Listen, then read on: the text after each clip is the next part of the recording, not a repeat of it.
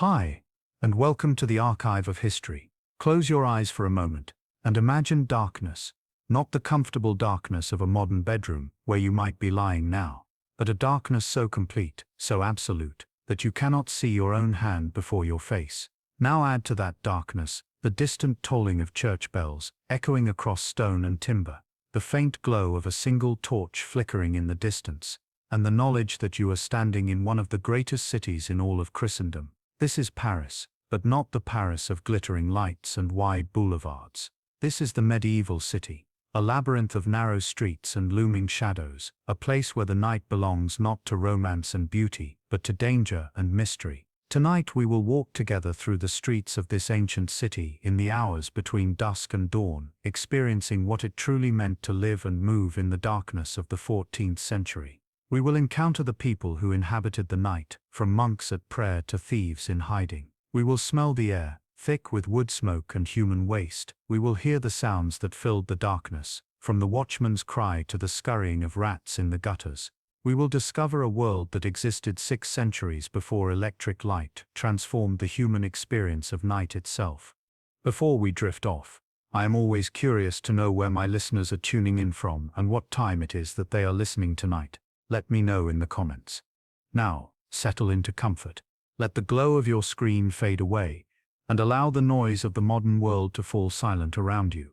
Pull the covers close if you need to, adjust your pillow, and prepare to journey back to a time when night was not a convenience but a trial, when darkness was not chosen but endured, and when the simple act of moving through a city after sunset required courage, caution, and often a prayer. Our story begins as the last light fades from the sky above the Seine, and the great city prepares to surrender itself to the long hours of darkness. Let us begin. You stand at the edge of a dirt road, perhaps half a mile from the walls of Paris. The year is 1380, give or take a decade. The season is autumn, and the air carries that particular chill that comes when summer's warmth has fully retreated, but winter's bite has not yet arrived. Around you, the landscape is a patchwork of fields and small groves of trees, all cast in the amber and violet hues of approaching twilight. The sky above is that deep, rich blue that appears only in the moments before true darkness descends. Behind you, the road stretches back toward whatever village or town you departed from this morning. Before you, rising from the flat river valley like a stone crown, are the walls of Paris. These walls are not decorative. They are not the picturesque ruins you might visit as a tourist in the 21st century. They are working fortifications, thick and high, built of pale limestone that glows faintly in the fading light. You can make out the crenellations along the top, the battlements where soldiers might stand to rain arrows or boiling oil upon an attacking army. Every few hundred feet, a round tower rises even higher, a sentinel keeping watch over the surrounding countryside. These walls represent safety, but also control. They divide the world into 2 distinct realms: inside, where there is law and order, commerce and community, and outside, where there is only the wild, the lawless and the unknown. As you walk closer, your feet moving through the rutted mud of the road, you begin to hear the city. It is a low hum at first, indistinct, but it grows with every step. The sound of many thousands of people living in close proximity, their voices blending into a single murmur that rises and falls like distant waves. Somewhere, a church bell begins to toll, its deep bronze voice carrying clearly across the open land. It is joined by another, and then another, until the air seems to vibrate with the overlapping peals. This is the bell for Vespers, the evening prayer, calling the faithful to acknowledge the dying of the light and commend their souls to God's protection through the dangerous hours ahead. The road is not empty. Others are approaching the gates as well, all hurrying now as the light fails. A farmer drives a wooden cart pulled by an ox, the beast's breath visible in the cooling air. In the back of the cart, you can see bundles of vegetables, perhaps cabbages or turnips, covered with rough cloth. A woman walks beside the cart, her face obscured by a hood, her shoes caked in the same thick mud that clings to your own feet. Ahead of them, a small group of travelers moves together for safety, 4 or 5 figures wrapped in cloaks and carrying staves. One of them glances back at you, and even in the dim light you can see the wariness in their eyes. The night is coming, and no one wishes to be caught outside the walls when it arrives. The main gate looms before you now, a massive arch of stone topped by a fortified tower. Heavy wooden doors, reinforced with iron bands, stand open but are guarded. Two men in simple armor, hauberks of chain mail over padded tunics, hold halberds and watch every person who passes through. Their faces are hard and weathered, their eyes moving constantly, assessing each traveler for signs of threat or wealth worth taxing. To one side of the gate, a beggar sits against the wall, his hand outstretched, his voice a monotonous drone asking for charity in the name of the Virgin and all the saints. No one stops to give him anything. The flow of people is too urgent, the light is failing too fast. As you approach the guards, one of them steps forward, blocking your path with the shaft of his halberd. He asks your business in Paris. His French is the langue d'oil of the north, different from the langue d'oil of the south, and his accent is thick with the particular sound of the Low de France. You explain that you seek lodging for the night, perhaps work if it can be found. He looks you over, noting your clothes, your lack of obvious weapons, the small bundle of possessions you carry. After a moment that feels much longer than it is, he steps aside and waves you through. The farmer with his cart is not so fortunate. The guards are inspecting his produce, and there is talk of a toll to be paid before he can bring his goods to market. You do not wait to see how the matter is resolved. The gate is before you, the city beyond, and the darkness is falling in earnest now. You pass through the gate, and the world changes. The open air and relative quiet of the countryside are replaced immediately by closeness and noise. The street beyond the gate is narrow, perhaps 12 feet wide, and it is hemmed in on both sides by buildings that lean inward as they rise, their upper floors jutting out over the street below. The effect is claustrophobic. The sky, which moments ago was vast and open, is now reduced to a thin ribbon of deepening blue visible between the rooflines. The buildings themselves are a mixture of timber and plaster, their frames of dark oak filled with wattle and daub, the whole structure stained by years of smoke and weather. Here and there, a more substantial building of stone rises above its neighbors, perhaps the house of a wealthy merchant or the hall of a guild. The street is not paved, at least not in any way you would recognize. There is a rough surface of cobblestones in some places, but much of it is simply packed earth, now churned into a thick mud by the constant traffic of feet, hooves, and wheels. The center of the street is lower than the sides, forming a shallow channel where water and less pleasant liquids flow slowly downhill toward the river. The smell hits you immediately, a complex mixture of wood smoke, animal dung, human waste, rotting vegetables, tanning leather, and a dozen other scents both familiar and strange. It is not unbearable, but it is constant, an olfactory reminder that this is a world without modern sanitation, where the waste of 50,000 people has nowhere to go but into the streets and the river. People are everywhere, moving with purpose as the light fades. A woman empties a chamber pot from a second-story window, calling a warning that is barely audible above the general noise. The contents splash onto the street below, narrowly missing a man leading a donkey laden with firewood. He curses but does not break stride. This is normal. This is expected. A group of children, their clothes little more than rags, dart between the adults, engaged in some game that involves a great deal of shouting and laughter. A dog, ribs visible beneath matted fur, roots through a pile of refuse near the wall of a building. Somewhere nearby, a baby is crying, the sound thin and persistent. As you move deeper into the city, the buildings press closer, and the street narrows further. The light is almost gone now, and without it, the city begins to transform. The few torches that are lit cast small pools of flickering yellow light, but beyond these islands of illumination, there is only darkness. You cannot see the faces of the people passing by.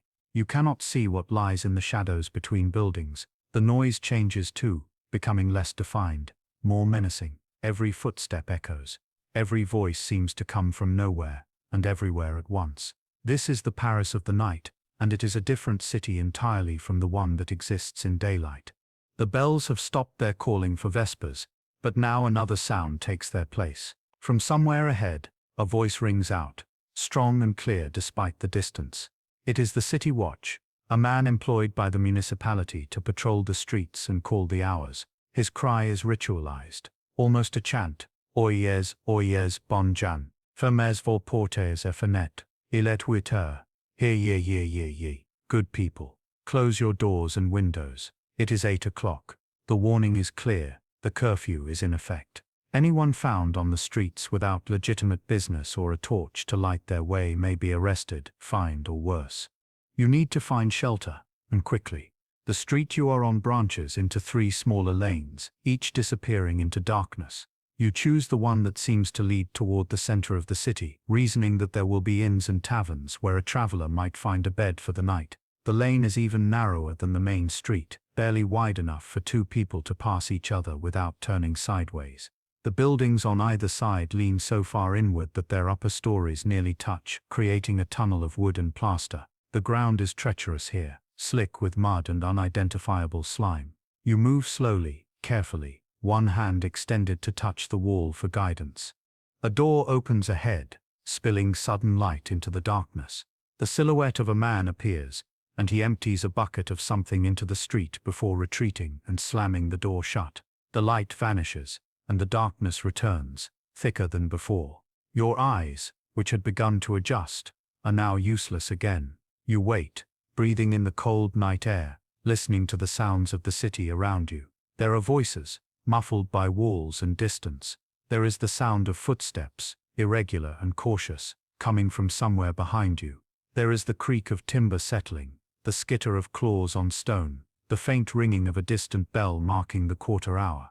This is the Paris into which you have walked, a city of 100,000 souls, the largest and most important city in Northern Europe, the seat of kings and the home of the greatest university in Christendom. But in the darkness, all of that grandeur, all of that power and learning is hidden away behind locked doors and shuttered windows.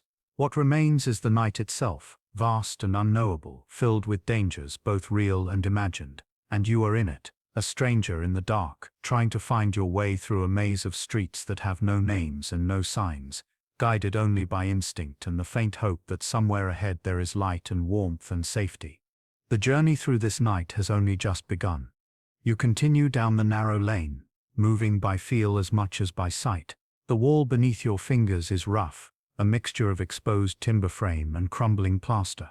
In some places the plaster has fallen away entirely, revealing the wattle beneath, woven twigs that form the skeleton of the wall. In other places, the surface is damp, slick with moisture that could be condensation from the river air or something far less pleasant. The mud beneath your feet sucks at your shoes with every step, and you can feel the cold seeping through the leather. These are not good shoes, not the boots of a nobleman or even a prosperous merchant. They are the shoes of someone who walks for a living, repaired many times, the stitching visible even in daylight, the soles worn thin. A cat yowls somewhere in the darkness above you. A sound so sudden and harsh that you freeze in place, your heart hammering. The yowl becomes a shriek, then cuts off abruptly. You hear the scramble of claws on roof tiles, then nothing. The silence that follows is somehow worse than the noise. You force yourself to keep moving, though every instinct screams at you to turn back, to flee this maze of darkness and return to the open road beyond the walls. But where would you go? The countryside at night is no safer than the city, and perhaps more dangerous. At least here there are walls and doors, places to hide if needed. At least here there is the promise of warmth and food and a place to lay your head, however humble. The lane opens suddenly into a slightly wider street, and you emerge into one of the small islands of light that punctuate the urban darkness. A torch burns in an iron bracket attached to the wall of a building that is clearly a tavern. You can hear voices inside, male voices raised in conversation or argument, and the sound of something heavy being dragged across a wooden floor. The door of the tavern is slightly ajar, and through the gap you can see the flicker of a fire and the movement of shadows. The sign hanging above the door is carved wood, depicting a wine barrel tilted on its side with liquid pouring from its bung.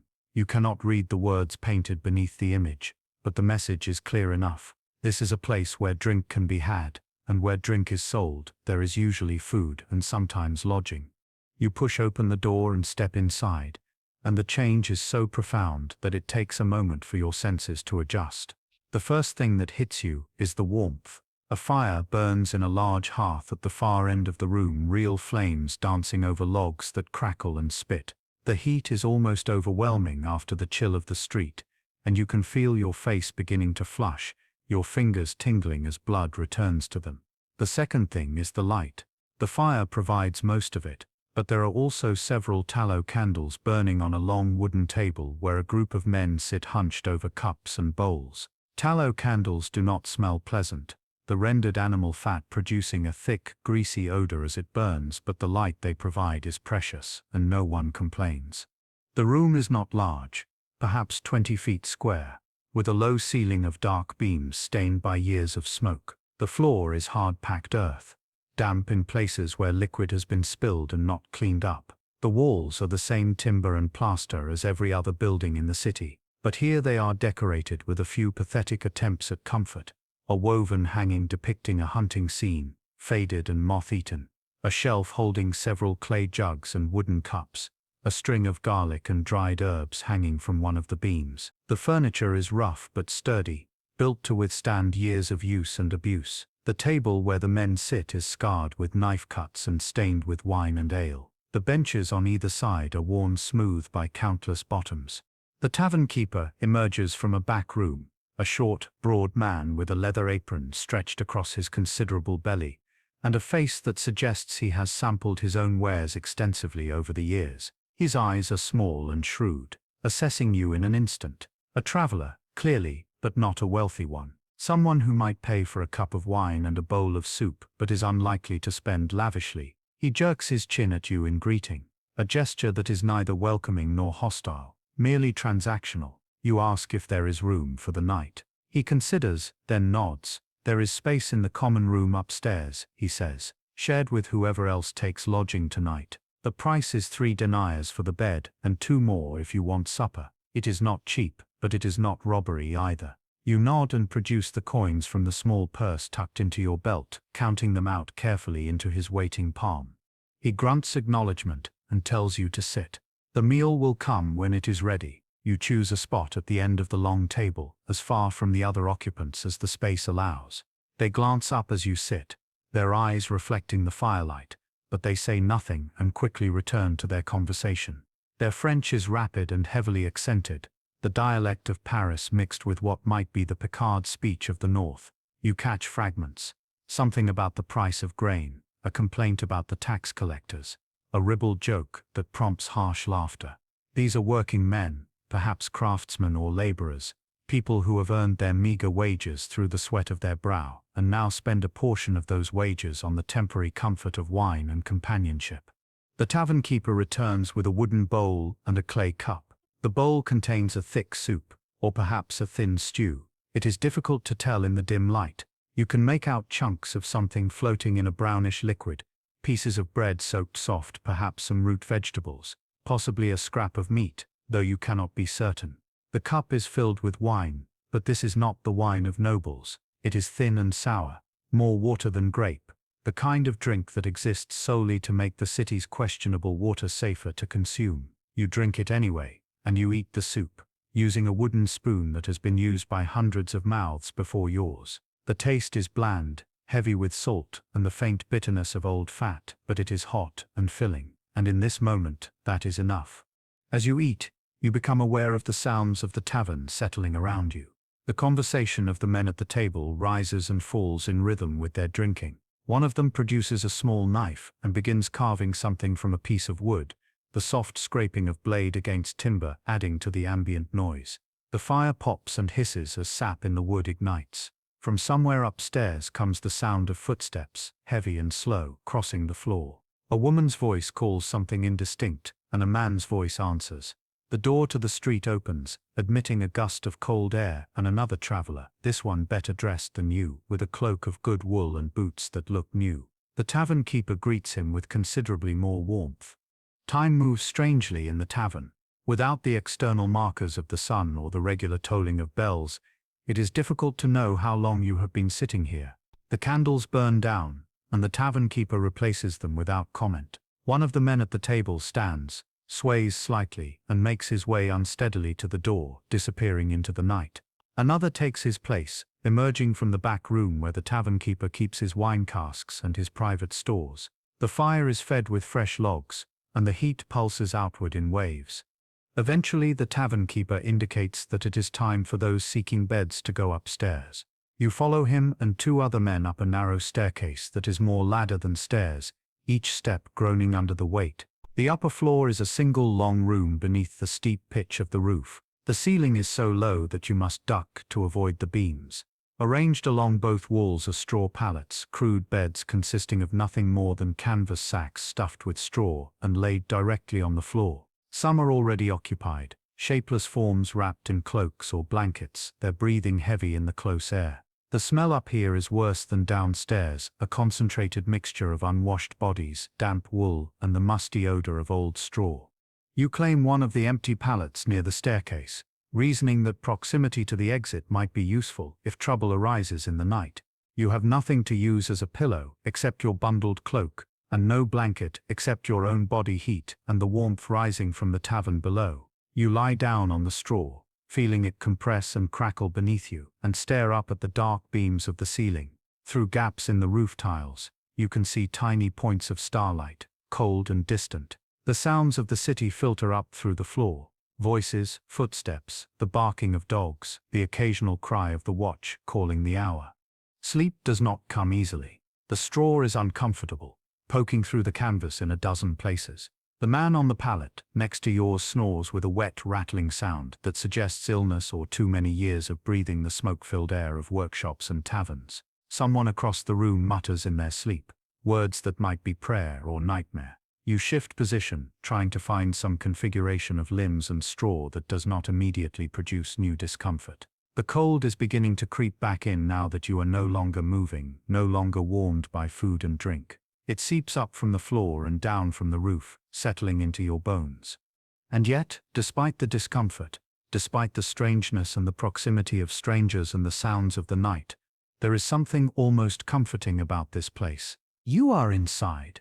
You are off the streets. The door below is barred, the shutters closed. For this one night, you have found a place of relative safety in a world where safety is never guaranteed and often comes at a price. Tomorrow you will rise and face whatever the day brings, but for now, in this moment you can close your eyes and let the exhaustion of the journey claim you.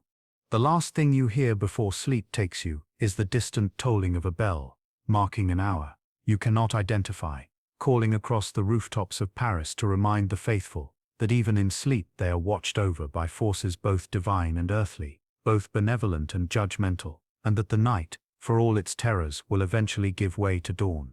But the night is far from over, and there is still much to see and experience in this medieval city. In the hours between now and dawn, 1,000 small dramas are being played out across Paris, 1,000 lives being lived in the darkness, and we will witness them. For now, rest. Let your breathing slow and deepen. Let the sounds of the tavern fade into the background. Let yourself drift on the edge of sleep, knowing that soon we will rise and venture back into the streets, into the heart of the night, to discover what truly happens when the sun abandons this great city to shadow and candlelight. You wake to darkness, complete and disorienting. For a moment you cannot remember where you are. The straw beneath you is unfamiliar, the sounds around you strange and unsettling. Then memory returns, the tavern, the common sleeping room, the city of Paris wrapped in night. You have no way of knowing what hour it is, only that it is still fully dark, the faint starlight through the roof tiles, barely enough to distinguish shapes from shadows. Something woke you, some noise or movement, but you cannot identify what it was. You lie still, listening, your senses straining against the darkness. Around you, the other occupants of the room continue their sleep, or at least most of them do. The snoring continues, punctuated now by a cough from someone across the room, harsh and phlegmy. Someone else shifts on their pallet, the straw rustling. From below you can hear movement in the tavern, footsteps crossing the floor, the low murmur of voices. The tavern keeper perhaps, or a late customer seeking wine before the night ends. The building itself makes noise, the constant small sounds of timber expanding and contracting with the temperature, the whisper of wind finding its way through gaps in the walls and roof. You decide that sleep will not return easily, and besides, you came to experience this city, to understand what it means to live in this time and place. Carefully, trying not to disturb those sleeping nearby, you rise from your pallet. The cold hits you immediately, sharp enough to make you gasp. Your breath fogs in the air before you, visible even in the near-total darkness. You wrap your cloak around your shoulders and make your way to the staircase, descending carefully, each step creaking beneath your weight. The tavern below is not empty.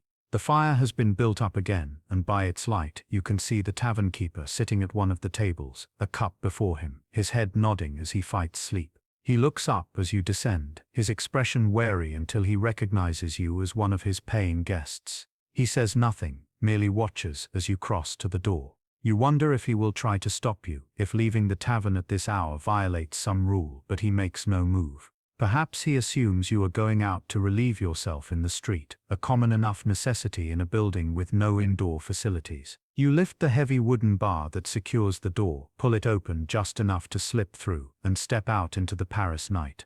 The street is transformed. What was merely dark before is now utterly black, a darkness so profound that it seems to have weight and texture. The torch that burned above the tavern door has long since guttered out. There is no moon visible between the overhanging buildings, or perhaps there is no moon at all tonight, the sky clouded over. You stand for a moment on the threshold, letting your eyes adjust, though there is precious little to adjust to. Slowly, very slowly, shapes begin to resolve themselves from the blackness. The building opposite the tavern, its upper story leaning out over the street, the narrow gap of the lane leading away to your left, the slightly wider street to your right, a ribbon of lesser darkness between walls of greater dark. The sounds of the night city are different now. In the deepest hours, the human noise has faded to almost nothing. What remains is the voice of the city itself, the non-human sounds that continue regardless of whether anyone is awake to hear them. Water drips from the eaves of buildings, a constant soft percussion. Wind moves through the narrow streets in fitful gusts, bringing with it the smell of the river and the sharper scent of smoke from dying fires. A dog barks somewhere, the sound carrying clearly in the still air, and is answered by another dog farther away. Rats move through the refuse in the street, their claws clicking on stone, their bodies rustling through straw and organic debris. These are the true inhabitants of the night, more numerous than the human population, living in the margins and the shadows. You choose a direction at random and begin walking, moving slowly, your hand extended to touch the wall for guidance. The street slopes downward, telling you that you are moving toward the Seine, the great river that cuts through the heart of Paris. All streets in this city eventually lead to the river, and the river is the city's reason for being. It is the highway that brings goods and people from all over the kingdom and beyond. It is the source of water for drinking and washing and industry. It is also the sewer into which all the city's waste ultimately flows, and the border between the living and the dead, for the cemeteries lie on the right bank, away from the island heart of the city. As you walk, you become aware of other sounds. Faint but distinct, footsteps, not your own, coming from somewhere ahead or perhaps behind. It is impossible to tell in the acoustic maze of narrow streets. You stop, pressing yourself against the wall, and listen. The footsteps continue for a moment, then stop. The silence stretches. Your heart beats hard enough that you can feel it in your throat. Then the footsteps resume, moving away now, fading into the distance. You let out a breath you did not realize you were holding and continue your own journey. The medieval city is not completely without law or protection in the night hours, but what protection exists is minimal and erratic. The watch, those men employed to patrol the streets and call the hours, are few in number and responsible for vast territories. A single watchman might be expected to cover a dozen streets and alleys, an impossible task. Their primary function is not to prevent crime but to observe and report it, to raise the alarm if they witness something serious enough to warrant intervention. For the most part, they keep to the wider streets and better lit areas, avoiding the narrow lanes and back alleys where danger truly lurks. You hear one of them now, his voice calling out from several streets away. 2 heures, bon jour. Réveillez et priez et pour les morts. 2 o'clock. Good people, wake and pray for the dead. It is a traditional call, one that has been made in this city for generations. The living are reminded of their duty to pray for the souls of the departed, those in purgatory awaiting the intervention of the faithful to shorten their suffering and hasten their path to paradise. It is also a reminder that the watch is present, that the streets are not completely abandoned to lawlessness, though how much comfort this provides is debatable.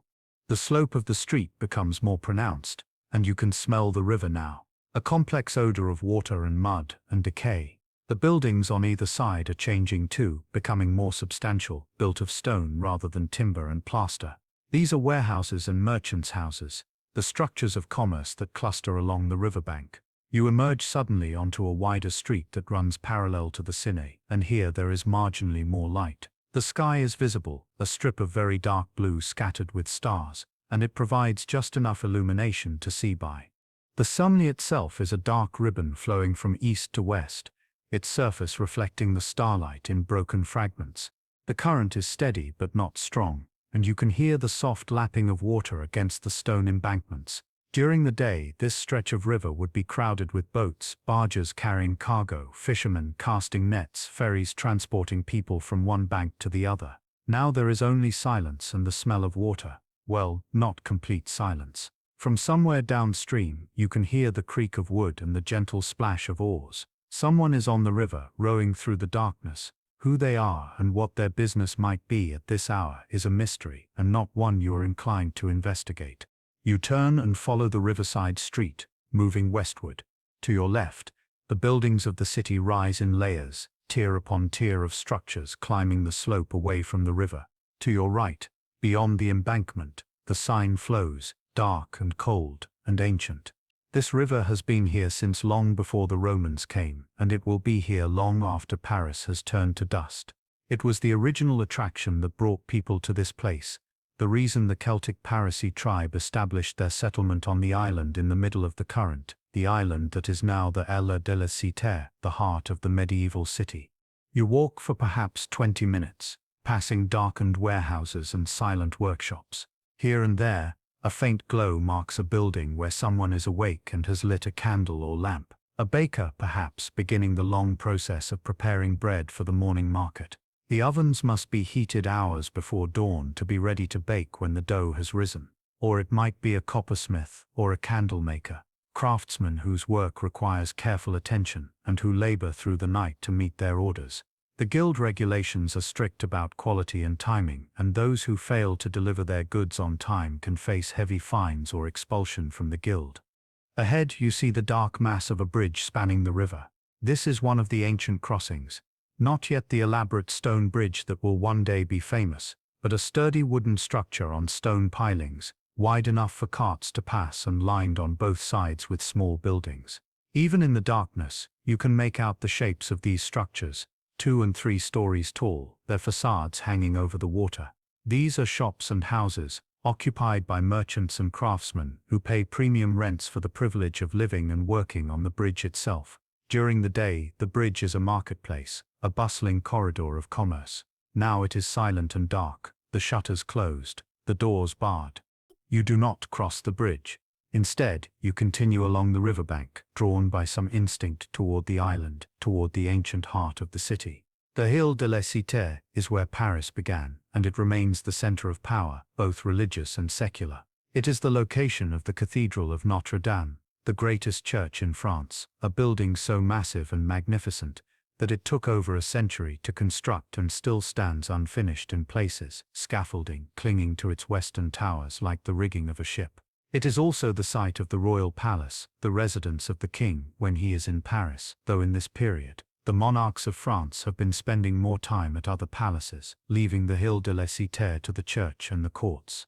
As you walk, the sky to the east begins to show the faintest suggestion of change, a lightening so subtle that you cannot be certain it is real or merely wishful thinking. The stars directly overhead are still brilliant, but toward the horizon they seem to fade slightly. Dawn is still hours away, but the night has passed its deepest point. The world is beginning its slow turn back toward light.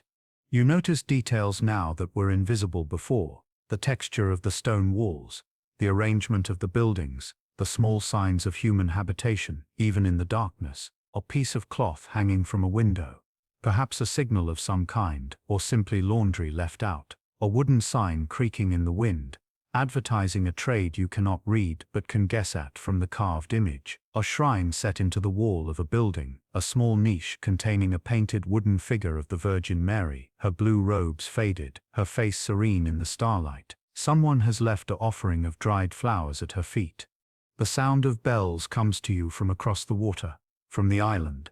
It is a deep resonant tolling, the voice of the cathedral calling the faithful to matins, the night office of prayer. The monks and priests of Notre Dame maintain a schedule of services that divides the night into segments, hours of prayer, alternating with brief periods of sleep. Matins is sung in the darkest hours, usually around 2 or 3 o'clock in the morning, depending on the season. It is a service of psalms and readings, conducted in Latin, the sacred language of the church. In a building so large that even filled with hundreds of candles, it remains a place of shadows and echoes.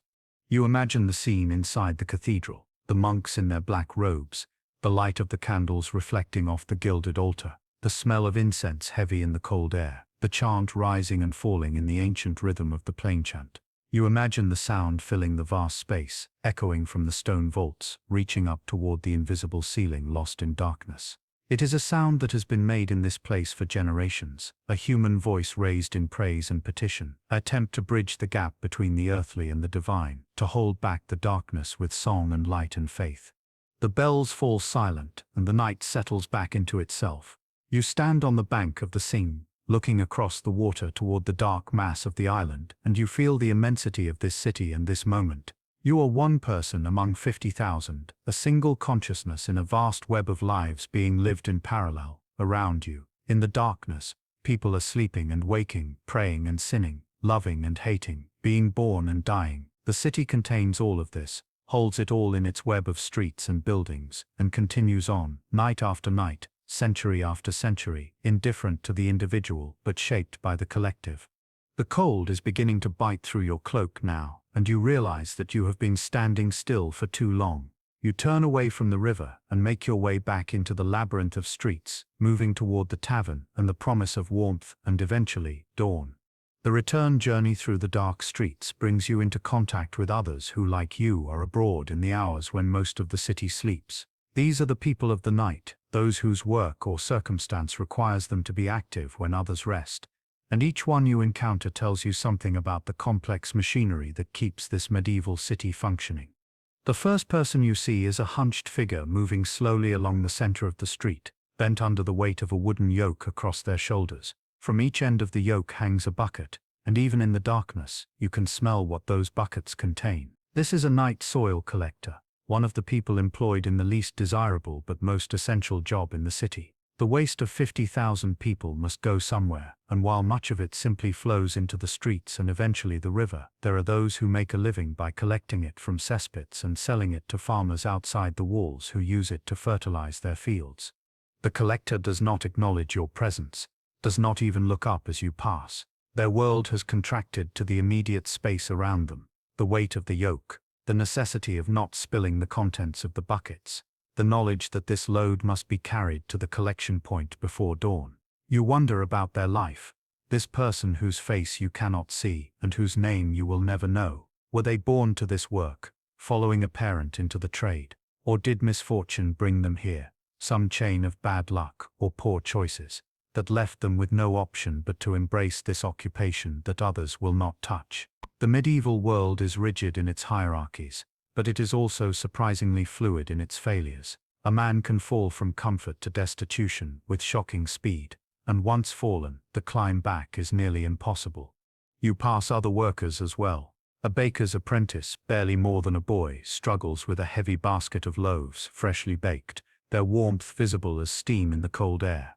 He is taking them to the early market to be sold when the first customers arrive just after dawn.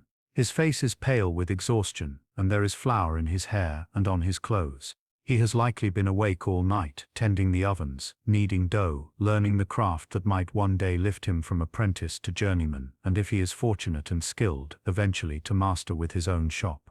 A woman appears from a side alley, and you draw back instinctively, pressing yourself against the wall. She moves with purpose, her skirt held up to keep it out of the mud, her hair covered by a simple cloth. She is young, though the poor light makes it difficult to judge exactly how young, and her clothing, what you can see of it, is worn but clean. She glances at you as she passes, her eyes reflecting the faint starlight, and there is a calculation in that glance, an assessment. When she sees that you are alone, poorly dressed, and not a potential customer, she moves on without speaking. This is one of the city's prostitutes, women who work the streets at night, trading their bodies for the few coins that might keep them from starvation. The church condemns them, the laws regulate them, and society uses them, all while denying their humanity. The medieval attitude toward prostitution is complex and contradictory. The Church teaches that fornication is a sin, that the body is a temple that must not be defiled. Yet there is also a pragmatic recognition that men, particularly young men, have needs that cannot always be met within the bounds of marriage. Better, some theologians argue, that these needs be satisfied with prostitutes than that they lead to the seduction of honest women or worse sins. The result is a system where prostitution is neither fully legal nor fully illegal, but exists in a grey space of tolerance and regulation. Certain areas of the city are known as places where such women can be found, and the authorities occasionally crack down on those who operate outside these boundaries, but enforcement is sporadic and often arbitrary. You continue your walk, and now you encounter another figure, this one moving with more authority. He carries a staff and a lantern, and you recognize the distinctive clothing of the watch. He stops when he sees you, raising his lantern to illuminate your face. His own face is weathered and suspicious, the face of a man who has seen every variety of human behavior the night can offer and has learned to trust no one. He asks your business, his hand resting on the cudgel at his belt. You explain that you are a traveler, that you have paid for a bed at a tavern, that you could not sleep and stepped out for air. It is a weak explanation, and you can see that he does not entirely believe it, but it is not quite implausible enough to warrant arrest. After a long moment, he waves you on with a warning to return to your lodging and stay there until dawn. You nod and continue, feeling his eyes on your back until you turn a corner and pass out of his sight. The encounter leaves you shaken. The watch have considerable power in the night hours, and they are not always scrupulous in how they exercise it. A traveler without connections or wealth is vulnerable to accusations of vagrancy or worse. The prisons of Paris are not places anyone wishes to visit. The Grand Château, the fortress-like building that serves as both courthouse and prison, is notorious for its conditions. Prisoners are kept in underground cells that flood when the river rises, fed on bread and water, often tortured to extract confessions. Justice in this period is not about rehabilitation or even punishment for its own sake. It is about deterrence and spectacle, about making examples of wrongdoers in ways that will be remembered and feared. You decide that the watchman's advice is sound, and you begin to make your way back toward the tavern. But the city has one more encounter in store for you. As you pass a narrow alley, you hear voices, low and urgent. You should keep walking. You know this, but curiosity is a powerful force. You slow, listening, and the voices become clearer. Two men, speaking in whispers that nonetheless carry in the still air. They are arguing about money, about a debt owed, and a payment refused. One voice becomes threatening, and you hear the sound of something heavy hitting flesh, followed by a grunt of pain. You freeze, uncertain what to do. This is not your affair, and intervention could be dangerous. The medieval city operates on the principle that people mind their own business, that they do not involve themselves in matters that do not concern them. To do otherwise is to invite trouble, to make enemies, to mark yourself as someone who cannot be trusted to understand the way things work. And yet, someone is being hurt, perhaps robbed, perhaps worse. The moral calculus is complicated. If you call out, you might scare off the attacker, but you might also draw their attention to yourself. If you go for help, it will be too late. If you do nothing, someone may die. Before you can decide, the decision is made for you. The voices suddenly cease, and there is the sound of running feet, someone fleeing down the alley away from you. Then silence. You wait, Counting heartbeats, and when nothing more happens, you cautiously approach the mouth of the alley. The darkness there is absolute, and you can see nothing, but you can hear breathing, ragged and pained, and you call out softly, asking if someone needs help. There is no answer, only the continued breathing, and then that too fades into silence. You stand there for a long moment, listening to the night, and then you turn and walk away, your heart pounding, your mind churning with images of what might have happened in that dark space. This is the reality of the medieval city at night. It is a place where violence is commonplace, where disputes are settled with fists and blades, where the law is more absent than present, and where the consequences of simply being in the wrong place at the wrong time can be fatal. The darkness hides many things, and not all of them are pleasant. For every monk at prayer, for every baker at work, there is also a thief in the shadows, a murderer waiting in an alley, a predator seeking prey. You reach the tavern and slip inside, barring the door behind you. The tavern keeper is asleep now, slumped in his chair by the fire, which has burned down to red embers. You climb the stairs carefully, trying not to wake him or the sleeping guests, and return to your pallet. The straw is cold now, having lost what little warmth your body provided earlier, but you lie down anyway, pulling your cloak tight around you. The sounds of the city are muffled here, filtered through the walls and floor, reduced to a background hum that is almost comforting in its familiarity. You close your eyes, but sleep does not come immediately. Your mind is too full of images from the night, the hunched figure of the night soil collector, the calculating eyes of the prostitute, the suspicious face of the watchman, the sounds from the dark alley. These are the people who inhabit the margins of society, who work in the hours when respectable citizens sleep, who exist in the spaces between the official structures of law and order and community. They are invisible to most, acknowledged only when they become a problem, but they are essential to the functioning of the city, and their lives are as complex and full of meaning as anyone else's. The night is beginning to change now. It is subtle, barely perceptible, but you can sense it. The darkness is not quite as complete as it was. The sounds are different, shifting from the sporadic and strange to the first stirrings of normal human activity. Somewhere in the distance a rooster crows, though it is too early yet for dawn. The bird is confused, or perhaps it is responding to some artificial light, a lantern or torch that has tricked it into thinking morning has arrived. Other roosters answer, and soon the city is filled with their calls, a chaotic chorus announcing the approaching end of night. You drift finally into a light sleep, your mind skating along the surface of consciousness, aware of the sounds around you but not fully processing them. You dream, fragmentary and strange, of dark streets and distant bells, of faces without names and voices without bodies.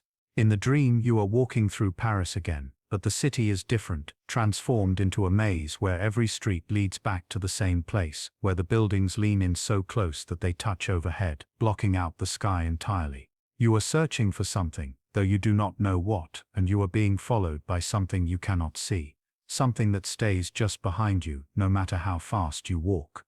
You wake with a start, your heart racing, and for a moment you do not know where you are. Then reality returns, the straw pallet, the common sleeping room, the sound of snoring and breathing around you. Through the gaps in the roof tiles, you can see that the sky has changed. It is no longer black, but a deep blue-gray, the color of the world in the moments before sunrise. Dawn is coming, and with it, the transformation of the city from the realm of darkness and danger to the realm of light and commerce and daily life. But before the sun rises, before the city fully wakes, there is this in-between time, this liminal space where night and day overlap.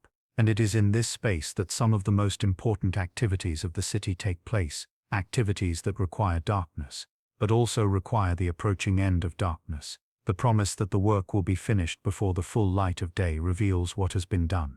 The sun flows through Paris like a great artery, dividing the city into distinct parts, while simultaneously uniting them through the bridges that span its width. In the pre-dawn darkness, the river takes on a different character, becoming both more mysterious and more essential. The water itself is invisible, except where it catches faint reflections, creating a surface that seems to move with its own internal light. You can hear it though, the constant soft rushing sound of current over stone, of water pushing past the pilings of the bridges, of small waves lapping against the embankments. From your position in the tavern's sleeping room, you cannot see the river, but you can sense its presence, the way it shapes the geography and the life of the city. Paris exists because of the Seine. The river was here first, carving its course through the limestone and clay of the Hell de France for millennia before humans arrived. When the Celtic Parisii first established their settlement on the island that would become the Hell de la Cité, they did so because the river provided everything they needed: water for drinking, fish for eating, a highway for transport, and a natural defense against enemies. The Romans recognized the strategic importance of the location and built their own city here, Lutetia, which grew into a substantial provincial capital with baths and amphitheaters and all the amenities of Roman civilization. That Roman city is long gone now, buried beneath the medieval streets or torn apart for building materials in the chaos that followed the empire's collapse. But the river remains unchanged, indifferent to the rise and fall of human ambitions. In the darkness before dawn, when the city is at its quietest, You can almost imagine that river as it was before the Parisii, before the Romans, before anyone. A ribbon of water flowing westward toward the distant ocean, bordered by forests and marshes, home to nothing but fish and waterfowl, and the occasional beaver building its lodge in the shallows. But that pristine river exists only in imagination. The medieval Seine is a working river, a tool used daily by thousands of people for 100 different purposes. It is a source of water, though the water must be carefully filtered or boiled before drinking, for it carries not just the clear flow from upstream, but also the accumulated filth of the city. Every gutter and drain eventually leads to the Seine. Every cesspit overflows into it during heavy rains. Every workshop that uses water for washing or dyeing or tanning sends its waste into the current. The river dilutes and carries away this pollution, but it never fully cleanses it. To drink directly from the Seine, especially in the city, is to invite sickness and possibly death. The river is also a highway. By day, it is crowded with boats of every description. There are the great cargo barges that bring wine from Burgundy and grain from the countryside, poled upstream by teams of men walking along the banks or towed by horses when the current is too strong. There are the smaller boats of fishermen, casting their nets for the pike and carp and eels that still thrive despite the pollution. There are ferries that transport people from the right bank to the left bank and back again, saving them the time and cost of walking to one of the bridges. And there are the boats of the municipal authorities, collecting the tolls that must be paid on certain cargoes, inspecting for contraband or untaxed goods, enforcing the regulations that govern commerce on the water. At night, the river traffic diminishes, but does not cease entirely. There are always those who have reason to move cargo or themselves in the darkness, and the Seine offers a route that avoids the watchmen and the closed gates. Smugglers operate in the hours before dawn, bringing in goods that have not paid the required taxes, or transporting items that are forbidden altogether. The authorities are aware of this, of course, and they make periodic efforts to crack down on nighttime river traffic. But the river is long and the resources of the watch are limited. As long as the smuggling is not too blatant, as long as the lost tax revenue is not too substantial, there is a kind of unofficial tolerance. The bridges themselves are remarkable structures, each one a small city within the city. The oldest and most important is the Grand Pont, the Great Bridge, which connects the Île de la Cité to the right bank. This bridge is not merely a means of crossing the river, but a commercial and residential center in its own right. Along both sides of the bridge, as tightly packed as anywhere in Paris, are houses and shops, 2 and 3 stories tall, their foundations resting on the stone pilings that support the bridge itself. These structures are built of timber frame and plaster, just like the buildings elsewhere in the city, and they lean out over the water at angles that seem to defy gravity and common sense. During the day, the shops on the bridge are among the most prosperous in Paris. The location is ideal. Anyone crossing the river on foot must pass by, and the constant flow of traffic ensures a steady stream of potential customers. Goldsmiths and money changers have their establishments here, dealing in the coins and precious metals that are the lifeblood of commerce. Spice merchants sell their expensive imports from the East, the cinnamon and pepper and cloves that are worth their weight in silver. Book dealers offer illuminated manuscripts and the newly popular printed books, though these are still rare and expensive. Cloth merchants display bolts of fine wool from England and silk from Italy. At night, these shops are shuttered and locked, their valuable contents secured behind iron-bound doors and barred windows. But the houses above the shops remain occupied, home to the merchants and their families, to apprentices and servants, to the whole complex hierarchy of a medieval household. From these houses, if you were to stand on the bridge in the darkness, you might see the faint glow of candle or lamplight through the gaps in the shutters, marking the presence of those who are awake. A merchant lying sleepless, worrying about his debts or his next shipment. A servant tending to a sick child. An apprentice rising early to begin preparations for the day's work. The bridge has another function as well, one that is less talked about but well understood by all. It is a place of execution and punishment. At the center of the bridge, rising above the shops and houses, is a stone tower with a small platform extending from one side. This is where the heads of executed criminals are displayed on spikes, left to rot as a warning to all who pass beneath. The practice is ancient, dating back to Roman times at least, based on the belief that the public display of punishment serves as a deterrent to crime. Whether it actually works is debatable. But the tradition continues, and the bridge bears its grisly decorations. In the pre-dawn darkness, these heads are not visible, mercifully, though if you were to cross the bridge, you would smell them. A sweet sick odor of decay that mixes with all the other smells of the city. You would also hear them, in a sense, for the crows and ravens that feed on the rotting flesh gather on the bridge and call to each other, their harsh voices echoing off the stone and water. The birds are not disturbed by the presence of humans. They have grown fat and bold on the reliable source of food that the city's justice system provides. There are other bridges as well. The Petit Pont, the little bridge, connects the island to the left bank, to the quarter of the city dominated by the university and its associated colleges. This bridge is smaller and less grand than the Grand Pont, but it too is lined with buildings, and it too serves as a vital artery of movement and commerce. And there are several smaller bridges and ferries at various points along the river, each one a response to the basic need to move from one side of the water to the other in a city where the river is both barrier and highway. Standing on the bank of the Seine, in the hour before dawn, you can imagine the river as it will be in just a few hours when the sun rises and the city wakes fully. The water will be alive with activity, boats moving in every direction, their oars splashing, their crews calling out to each other. The bridges will be crowded with people and carts, the shops will open their shutters and begin their business, and the whole complex machinery of urban commerce will start its daily cycle. But for now, in this moment, the river is quiet, almost peaceful, a dark ribbon of water flowing through a sleeping city, carrying with it the accumulated debris and secrets of the night. The water itself is cold. You know this even without touching it.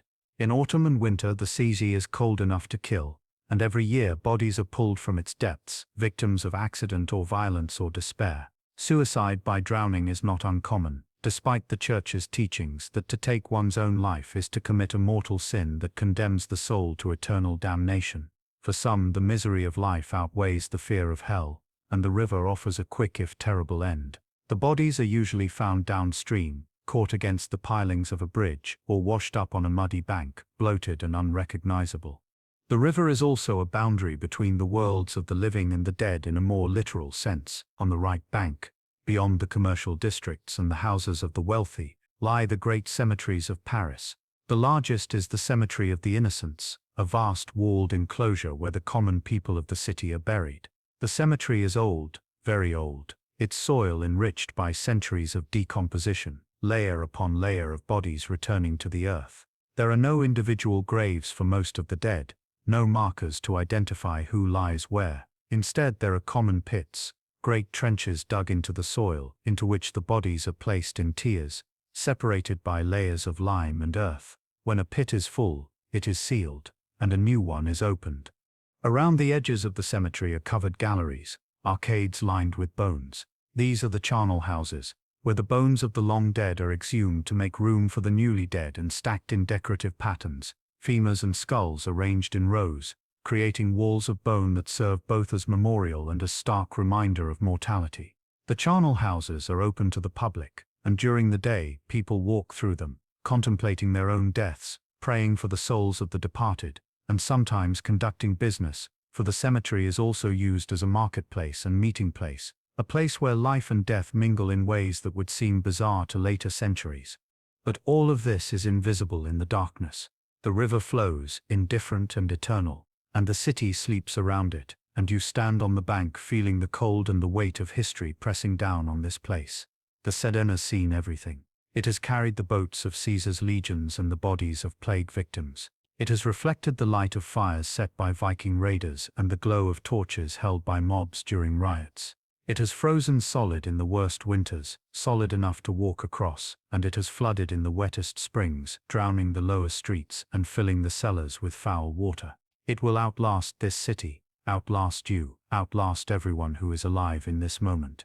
And yet, for all its permanence, the river is also constantly changing. No two moments are the same. The water that flows past you now will be miles away in an hour, replaced by water that is now upstream, which will in turn be replaced by more water in an endless cycle. The river is both eternal and ephemeral, both constant and changing, and it is this paradox that makes it such a powerful symbol and such a vital part of the city's identity.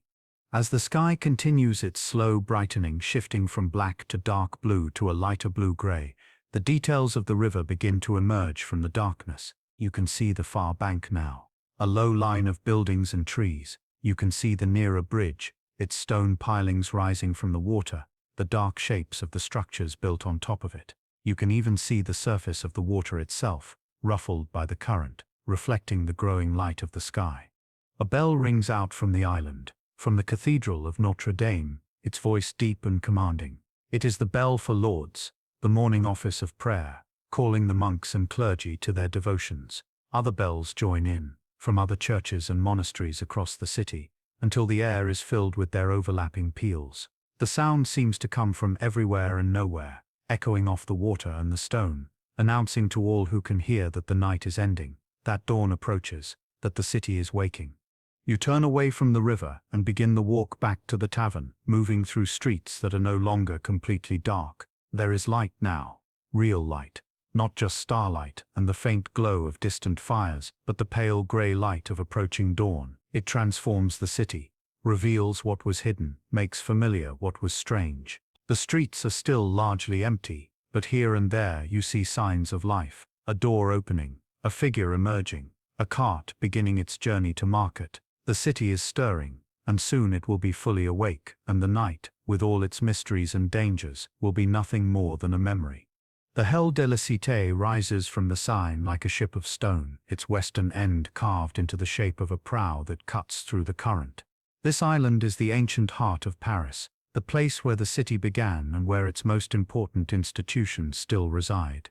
To walk on the Hell de la Cité is to walk through the center of power, both temporal and spiritual, in one of the most important kingdoms of medieval Europe. Even in the pre-dawn darkness, the island asserts its dominance over the surrounding city. The buildings here are taller, more substantial, built of stone rather than timber. The streets are wider, paved with cobblestones rather than simple dirt. The very air seems different, charged with an authority that is both political and divine. This is where the king's justice is administered, where the highest church officials have their palaces, where the sacred and the secular meet and sometimes clash. At the eastern end of the island, dominating everything around it, stands the Cathedral of Notre Dame. Even in darkness, even as nothing more than a black silhouette against the slightly lighter sky, the cathedral is overwhelming. It is massive, larger than any other structure in the city, larger than most people have ever seen or imagined. The western facade alone, with its 3 great portals and the round rose window above them, rises over 100 feet into the air. Above that, the twin towers climb even higher, their tops invisible in the darkness, but you know they are there. You can feel their presence even when you cannot see them. The cathedral has been under construction for nearly 2 centuries, and it is still not finished. Scaffolding clings to parts of the structure, and piles of cut stone lie in the square before it, waiting to be hoisted into place. The spire, which will one day rise from the center of the roof, has not yet been built. What exists now is impressive enough, a testament to the wealth and devotion of generations, but the full vision of the architects has not yet been realized, and it may be decades more before it is. You approach the cathedral through the square that fronts its western facade. This square is empty now, but during the day it is one of the busiest places in Paris. It is a marketplace where all kinds of goods are sold. It is a gathering place where news is exchanged and rumors are spread. It is a stage where preachers deliver sermons and jugglers entertain crowds. It is also a place of judgment, for the square contains the pillory and the stocks where minor criminals are displayed for public mockery, their heads and hands locked in wooden frames while passers-by throw refuse and insults. The great doors of the cathedral are closed, of course, locked and barred for the night, but there is a smaller door to one side, and this is slightly ajar, for the clergy and monks must be able to enter and leave at all hours to perform their duties.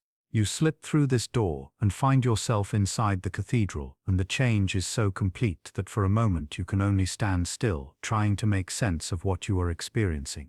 The darkness inside is different from the darkness outside. It is not the absence of light, but the presence of something else, a quality that makes the space feel vast and echoing and alive. You can hear your own breathing, magnified and returned to you from invisible walls and ceiling. You can hear the shuffle of your feet on the stone floor, each small sound becoming a series of overlapping echoes. And beneath all of this there is a deeper sound, a low hum that might be the sound of the building itself, the stones settling, the timbers of the roof shifting, or it might be something else, something less material. Gradually, your eyes adjust, and you begin to see. There are candles burning, dozens of them, arranged on the altar at the eastern end of the cathedral and in smaller side chapels along the walls. Their light is faint, almost swallowed by the vastness of the space, but it is enough to give you a sense of the cathedral's interior. The nave stretches before you, a long corridor of stone columns that rise up and up, disappearing into darkness. Between the columns, you can make out the shapes of the side aisles, each one almost a church in itself. And above, though you cannot see it clearly, you know there is the vault of the ceiling, a complex web of stone ribs and arches that spans the entire width of the building and supports the massive weight of the roof. The cathedral is not empty. Along the walls and in the side chapels, you can see figures, some kneeling in prayer, others lying on the stone floor, wrapped in cloaks or blankets. These are pilgrims and the poor, people who have nowhere else to sleep and who take shelter in the church. The cathedral offers sanctuary, and the doors are never completely closed to those who seek it. The church's teaching is clear: all are welcome in God's house, and no one is to be turned away. In practice, of course, things are more complicated. The wealthy have their own private chapels and reserved seating. The poor are relegated to the edges and the back, but at least they are inside, protected from the cold and the dangers of the street. You move deeper into the cathedral, walking slowly, trying not to disturb those who are sleeping or praying. The floor beneath your feet is uneven, worn smooth by centuries of footsteps, but also marked by irregularities, places where stones have settled or cracked. Set into the floor at intervals are grave markers, flat slabs of stone carved with names and dates and prayers. These mark the burial places of important people, clergy and nobles who paid for the privilege of being interred within the sacred space of the cathedral.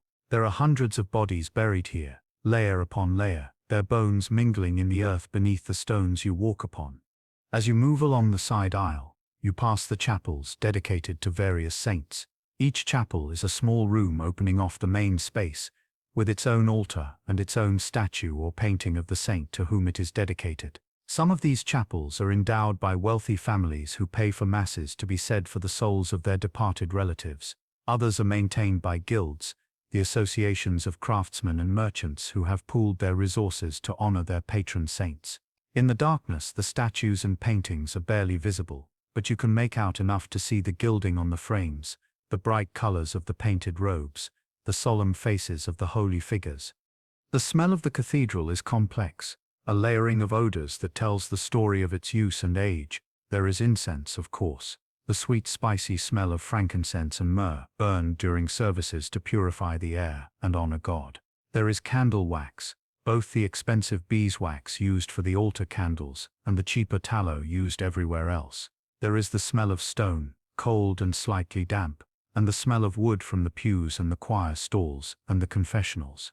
And underneath all of this, there is the smell of humanity, of the hundreds of people who pass through here every day, of sweat and breath and the accumulated presence of generations.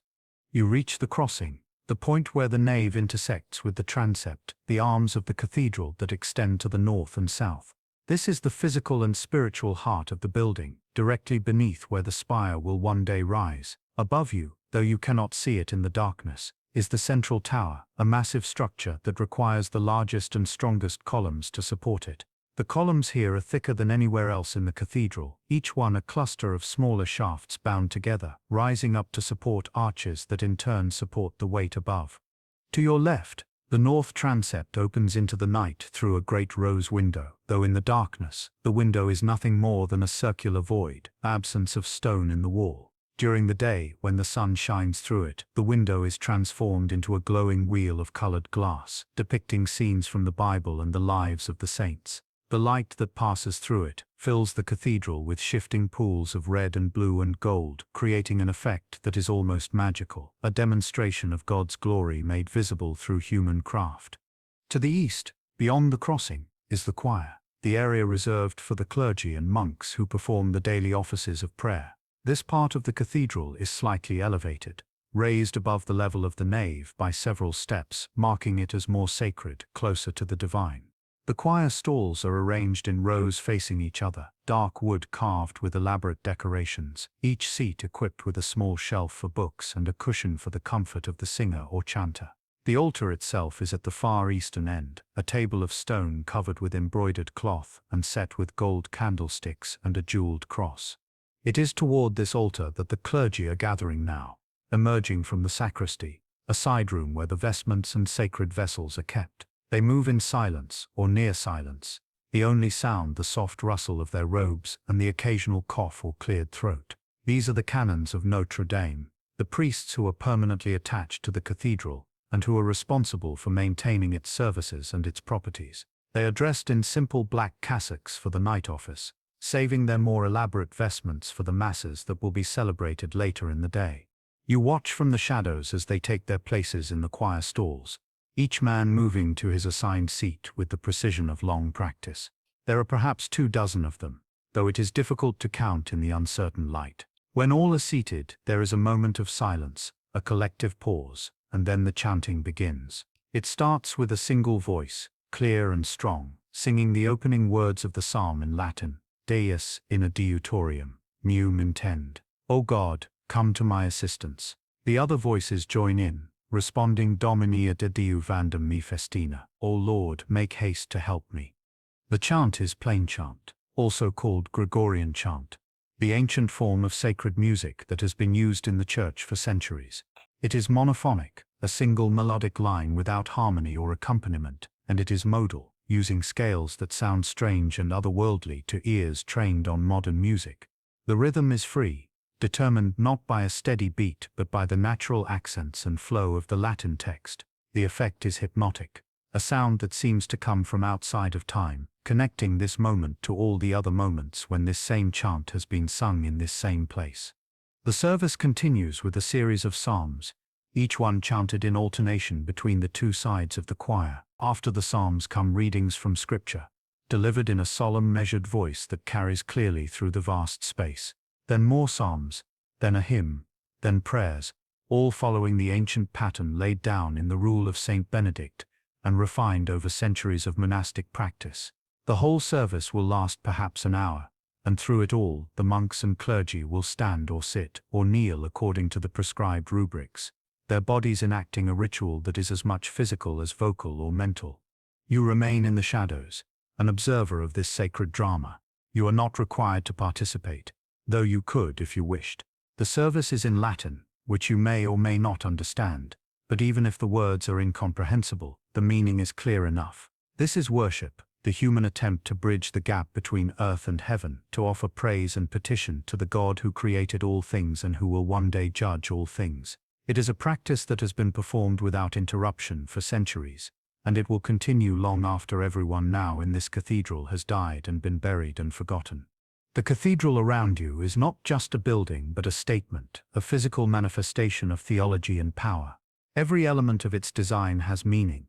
The cruciform shape, with its long nave and transepts, represents the cross on which Christ was crucified. The orientation, with the altar at the eastern end, symbolizes the direction of Jerusalem and the rising sun, a symbol of resurrection. The height of the building, the way the columns and arches draw the eye upward, is meant to inspire awe and to remind the viewer that God is above, beyond, greater than anything human. Even the decoration, the statues and carvings and stained glass serves a didactic purpose, teaching the stories of the Bible and the lives of the saints to a largely illiterate population. But the cathedral is also a demonstration of human ambition and capability. To build something of this scale and complexity required enormous resources, both material and intellectual. It required stone quarried from far away and transported at great cost. It required timber cut from forests and floated down rivers. It required the labor of hundreds or thousands of workers, from the architects who designed it to the masons who cut and placed each stone to the laborers who mixed mortar and hauled materials. It required the skills of glaziers to create the windows, of metal workers to forge the iron reinforcements, of carpenters to build the scaffolding and the roof timbers. And it required time, decades upon decades, multiple human lifetimes dedicated to a single purpose. The result is a building that will outlast the civilization that created it. Notre Dame will stand for centuries, surviving wars and revolutions and neglect and restoration. It will bear witness to the coronation of kings and the execution of heretics. It will shelter the devout and the desperate. It will be damaged by fire and rebuilt, damaged again and rebuilt again. And through all of this, it will remain fundamentally itself, a cathedral, a house of God, a monument to faith and human endeavor.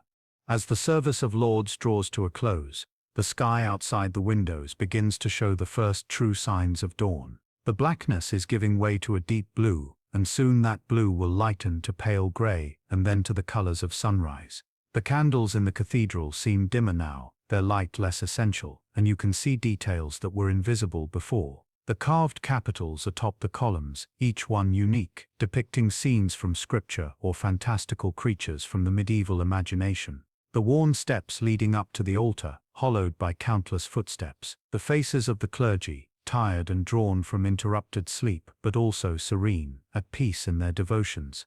The final prayer is said, and the service ends. The clergy rise and process out of the choir, moving in pairs, their hands folded, their eyes downcast. They will return to their own quarters, to break their fast and prepare for the day ahead. Some may sleep for a few hours before the next service. Others will have duties that require their immediate attention, administrative tasks or pastoral care or study. You leave the cathedral through the same small door by which you entered, stepping back out into the square as the sky continues its slow transformation. The darkness is receding, though it will be some time yet before the sun actually rises. The air is cold and fresh, cleansed by the night, and you can see your breath in small clouds before you. Around the square, the city is beginning to wake. Doors are opening, voices are calling. The mechanisms of daily life are beginning to turn. The left bank of the Seine, the southern side of the river as you face downstream, has a character entirely its own, distinct from both the commercial bustle of the right bank and the solemn grandeur of the Aile de la Cité. This is the Latin Quarter, so called, because Latin is the language spoken here, the language of scholarship and theology, the language in which all lectures are delivered and all debates conducted. This is the home of the University of Paris, the most prestigious center of learning in all of Europe, and in the hours before dawn, when the rest of the city sleeps, the students and scholars of the university are often still awake, bent over manuscripts by candlelight, arguing points of theology or philosophy, with the fervor of those who believe that ideas matter more than anything else in the world. The university itself is not a single building, but a collection of colleges and schools scattered across the quarter. Some occupy purpose-built structures, halls with lecture rooms and dormitories. Others make use of rented buildings, houses that have been converted to educational use, their ground floors serving as classrooms while the upper floors provide cramped accommodation for masters and students. The largest and most prestigious is the College of Sorbonne, founded by Robert de Sorbonne in the previous century as a theological college for poor students. It has grown into a major institution, though it is still small compared to what it will become in later centuries. To be a student at the University of Paris in this period is to embrace a life of voluntary poverty and intellectual rigor. Most students arrive as teenagers, barely old enough to be away from home, with nothing but the clothes they wear and perhaps a small sum of money provided by their families or a patron. They enroll in one of the faculties, the four great divisions of medieval learning. The Faculty of Arts is where everyone begins, studying the 7 liberal arts, the trivium of grammar, logic and rhetoric, followed by the quadrivium of arithmetic, geometry, music and astronomy. Only after mastering these foundational subjects can a student move on to one of the higher faculties, theology, law, or medicine. The education is entirely oral and disputational. There are no textbooks in the modern sense, for books are rare and expensive, each one copied by hand and often containing errors introduced by tired scribes. Instead, students learn by listening to lectures, by memorizing key texts, and by participating in disputations, formal debates, where questions are posed and defended according to strict logical rules. A student's ability to argue a point, to counter an objection, to cite the relevant authorities from Scripture and the Church Fathers and the ancient philosophers, is the measure of their learning. The life of a student is hard. The colleges provide basic accommodation, usually nothing more than a straw mattress in a shared room where 6 or 8 young men sleep together for warmth. Food is simple and often inadequate, typically bread and watered wine and occasional vegetables, with meat only on feast days. The cold is a constant problem, for fuel is expensive and fires are lit sparingly. Students wear the same clothes day after day, repairing them as they fall apart, and many go without shoes even in winter, their feet wrapped in rags for warmth. And yet, despite these hardships, there is an intense intellectual excitement in the air of the Latin Quarter. This is where the greatest minds in Christendom gather to grapple with the most important questions. What is the nature of God? How can human reason comprehend the divine? What is the relationship between faith and knowledge? How should a Christian live in the world? These questions are not abstract academic exercises, but matters of ultimate significance. Questions that touch on the very meaning and purpose of human existence. In the pre-dawn hours, as you make your way through the narrow streets of the Latin Quarter, you can see candles burning in windows, marking the rooms where students are still at work. Some are copying texts, their pens scratching slowly across parchment, transcribing word by word from a borrowed manuscript that must be returned in the morning. Others are memorizing passages, reading aloud in a soft murmur, repeating the same phrases over and over until they are lodged in memory. Still others are engaged in debate, 2 or 3 voices raised in argument, each one trying to outmaneuver the others with logic and citation. You pass a tavern that caters primarily to students, one of the few establishments still open at this hour. Through the open door you can hear laughter and singing, evidence that not all students spend their nights in study. The university authorities are constantly trying to regulate student behavior, issuing edicts against drinking and gambling and fornication, but the enforcement is spotty. Young men far from home, living in poverty and under constant intellectual pressure, find relief where they can, and the taverns of the Latin Quarter do a brisk business despite the official disapproval. The relationship between the university and the city is complex and often antagonistic. The students are nominally subject to the authority of the church rather than the city government, which means they cannot be arrested or tried by the municipal courts for most offenses. This creates a situation where students can behave badly with relative impunity, knowing that the worst they are likely to face is discipline from their own college masters. Fights between students and townspeople are common, sometimes escalating into full-scale riots that require royal intervention to quell. The university threatens to move to another city, the king mediates, concessions are made, and an uneasy peace is restored until the next crisis. Despite these tensions, the university brings immense prestige and economic benefit to Paris. Students from all over Europe come here to study, bringing with them money that flows into the local economy. Masters and visiting scholars add to the city's reputation as a center of learning. Books are copied here by professional scribes and sold to students and libraries across Christendom. The theological debates that take place in the lecture halls of Paris influence church doctrine and policy throughout Europe.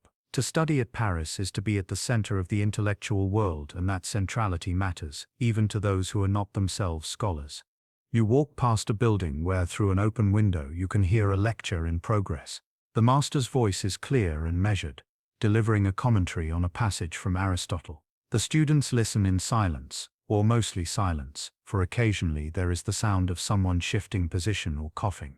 Latin flows easily from the master's tongue, his sentences structured according to the elaborate rules of medieval rhetoric, his arguments built on the foundation of ancient authority and contemporary logic. You cannot see into the room from where you stand, but you can imagine the scene: the master seated in a high chair, the students arranged on benches before him, some paying close attention while others struggle to stay awake after a night of little sleep. The dawn light is growing stronger now, and the streets of the Latin Quarter are beginning to show their daytime character. The buildings here are smaller and more modest than those on the Ile de la Cité, mostly timber-framed structures of 2 or 3 stories, their plaster stained and crumbling. The streets are narrow and winding, following the ancient paths that were laid out when this area was outside the city walls and was nothing but fields and vineyards. The expansion of Paris in recent centuries has brought this quarter inside the walls and filled it with buildings, but the street pattern retains its medieval irregularity. You come upon a small church, one of dozens scattered throughout the city, each one serving a particular parish or associated with a particular institution. This church is attached to one of the colleges, and its door is open to allow the students to attend the early morning mass. You slip inside and find a space near the back, standing among a small crowd of students and a few townspeople who have come for the service. The mass is said quickly, without the elaborate ceremony of the cathedral. The priest is an older man, stooped and thin, his voice reedy but still carrying clearly in the small space. The students respond to the prayers mechanically, their minds elsewhere, focused on the lectures they must attend later or the assignments they have not yet completed. The Mass is an obligation, a requirement of their enrollment, but for many it is more habit than devotion, a ritual performed because it must be performed rather than because it brings spiritual fulfillment. And yet, even in this perfunctory service, there is something moving about the scene. These young men, far from home, living in poverty and discomfort, dedicating years of their lives to the pursuit of knowledge, are participating in a tradition that stretches back centuries and will continue for centuries to come. They are part of a community of scholars that transcends national boundaries and political divisions, united by a common language and common questions. Some of them will go on to become great theologians or bishops or advisors to kings. Others will return to their home villages and serve as parish priests, bringing a measure of learning to communities that would otherwise have none. A few will be remembered by history. Most will be forgotten. But all of them are part of this moment, this place, this great project of learning and faith that defines the medieval university. The Mass ends and the students file out into the growing light. The bells of Paris are ringing again, calling the faithful to prime, the first of the day offices. The sky is pale now, no longer dark but not yet bright, caught in that transitional state between night and morning, when the world seems balanced on the edge of becoming. The shadows are receding, the stars fading, the first birds beginning to sing. You leave the church and continue your walk through the Latin Quarter, and now you can see the university in the context of the larger city. To the north, across the river, the right bank rises in a jumble of buildings, the commercial heart of Paris where the markets and workshops and merchant houses cluster. To the east, the island floats in the Seine, the cathedral's towers visible above the rooflines, marking the spiritual and political center. And here, on the left bank, the world of learning and ideas, smaller and poorer but no less important, carrying forward the intellectual heritage of the ancient world and adapting it to the needs and questions of the medieval mind. The students you pass are moving with more purpose now, heading to their colleges for the first lectures of the day. Masters walk alongside apprentice scholars, discussing some point of interpretation or debating the merits of rival philosophical schools. A group of younger boys, students of grammar, chant their lessons as they walk, memorizing Latin declensions through repetition. An older student carries a stack of quires, loose sheets of parchment that he has borrowed from the university library and must return before they are missed. The taverns are emptying now, the last of the night's drinkers stumbling out into the street, blinking against the light. A fight breaks out between two of them, a brief scuffle that ends when their friends pull them apart and send them on their separate ways. A woman throws water from an upper window, washing away the dirt and refuse from her doorstep, the water splashing into the street and flowing downhill toward the river. Somewhere a rooster crows, and is answered by another and another, until the whole quarter seems to be celebrating the arrival of morning. As the sky brightens and the city begins its transformation from the realm of night to the realm of day, the workshops and markets of Paris stir to life. The guilds that control the city's commerce and craft are among the most powerful institutions in medieval Paris, second only to the church and the crown in their influence over daily life. Every craftsman belongs to a guild, every trade is regulated by one, and the guild system shapes not just the economy but the very structure of urban society. You make your way now toward the commercial districts, the areas where the craftsmen have their workshops and the merchants have their stalls. These quarters are organized by trade, a pattern that is both practical and traditional. The tanners cluster along the banks of the Bièvre, a small river that flows into the Seine, because their work requires vast amounts of water and produces waste that is too foul to be tolerated in the more central areas of the city. The metal workers congregate in areas where there are open spaces for their forges and where the risk of fire is minimized. The cloth merchants and tailors occupy prime locations near the markets where their customers come to shop. The first workshop you pass belongs to a carpenter. You can tell by the wood shavings scattered on the ground outside and the smell of fresh-cut timber that drifts from the open door. Inside, you can see a figure moving in the grey pre-dawn light, and you hear the sound of a plane sliding across wood, the soft shush-shush as the blade takes thin curls from the surface. This is the master, starting his day before his apprentices and journeymen wake, using these quiet hours to work on a piece that requires particular concentration or skill. The medieval workshop is more than just a place of work. It is a complete social unit, a household that includes the master craftsman, his family, his apprentices, and his journeymen, all living and working under one roof. The master is the head of this household, responsible not just for the business, but for the moral and spiritual welfare of everyone in it. His apprentices are usually boys of 12 or 14, sent by their families to learn the trade. They serve for a term of years, typically 7, during which they receive no wages but are provided with food, lodging, and instruction. In return, they work long hours, doing the menial tasks that form the foundation of the craft: mixing plaster, carrying wood, sweeping floors, fetching tools. The journeymen are older, young men who have completed their apprenticeships but have not yet achieved the status of master. They work for wages, moving from shop to shop, gaining experience and saving money in the hope of one day opening their own establishments. To become a master requires more than just skill and money, though both are necessary. It requires the approval of the guild, the organization of all the masters in a particular trade who have banded together to protect their mutual interests. The guild sets standards for quality, regulates prices, limits competition, and guards the secrets of the trade from outsiders. The guilds are enormously powerful. They control who can practice a trade and who cannot. They inspect the work of their members to ensure it meets their standards.